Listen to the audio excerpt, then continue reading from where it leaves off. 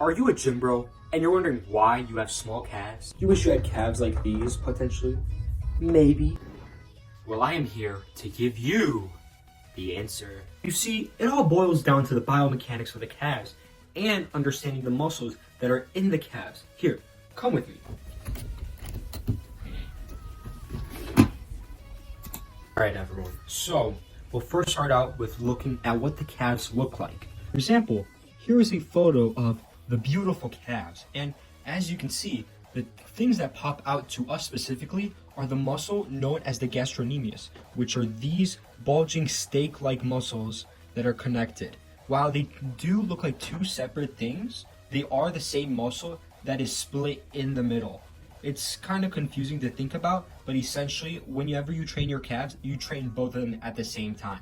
Now, as a gym bro, when we look at this, we think that, oh, we just need to train our calves to get bigger. But no, there's more things that we need to understand when it comes to the calves.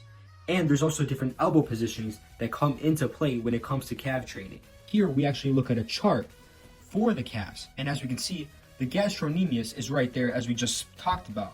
But we're forgetting the soleus, which is actually another part of the calf that's underneath the tendon that's connected to the gastrocnemius.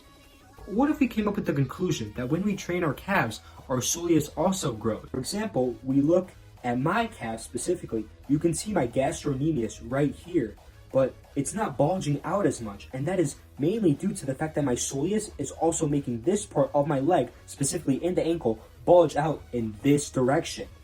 Now, when we think about it, there could be a muscle imbalance where the soleus is a lot bigger than the gastrocnemius. What this would cause is your legs to just look like a straight up log with no definition in the gastrocnemius. With this in mind, I'll give you tips on how you can grow your gastrocnemius with ensuring that your soleus does not grow.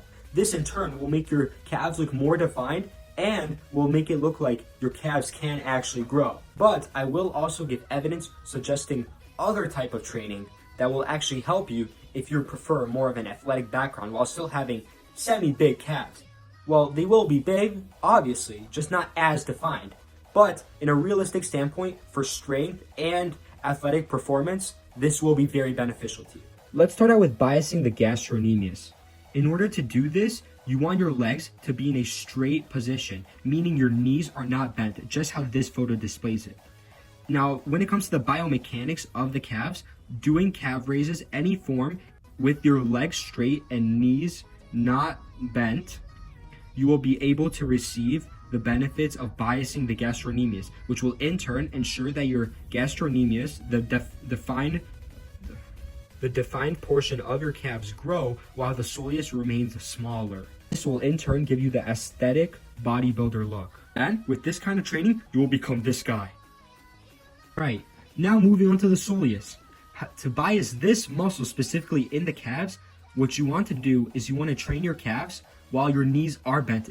As you can see, a great exercise for this is the seated Calvaries, and in this specific example, the soleus is biased, and you can tell based on the color that is shaded darker than the actual gastrocnemius. Now, when you look at this from a biomechanics point of view, this is accurate, so I'm not just going off of the picture.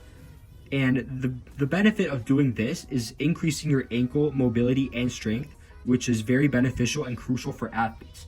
Now, this will make your calves essentially look smaller but wider, or I guess you could say smaller is not the right word. Calves will be very strong and you will have a limited chance of getting injured. Now, let's get into how to actually train during your sets and reps in order to receive the benefits and get your calves to grow. To do this, what you want to essentially do is on the top of the rep where you flex your calves, essentially this part of the calf raise, you want to squeeze and hold that position for each repetition that you do for approximately 2 seconds. You want to do the same on the way down, and you want to squeeze and hold it for 2 seconds, and it looks like this. The foot will be down below, and you should be feeling a stretch in your gastrocnemius and soleus. Now, I should also state that when it comes to training the calves, it's better to increase the range of motion, so standing on a ledge in order to get that increase of range of motion is highly recommended. But it is not needed, as there are exercises such as the barbell calf raise, which I personally really enjoy, that fatigue my calves like crazy. Now, my bros, thank you for watching, and I hope you learned something. If your calves do not grow, then I'm sorry, man. I really tried. I'm giving you like all the evidence that you need to grow your calves, but then it might either just be a you problem or you just gotta get better genetics, man. Like nothing you can do. You know, maybe some TRT, some trend. You know, you didn't hear from me. You didn't hear from me. As a reminder, if you want to look at the programs that I have out, I have my 4-day-a-week split, my 5-day-a-week split, my 6-day-a-week split. There's strength and hypertrophy programs. So go look into those. They're linked in my bio. And peace out, my homies.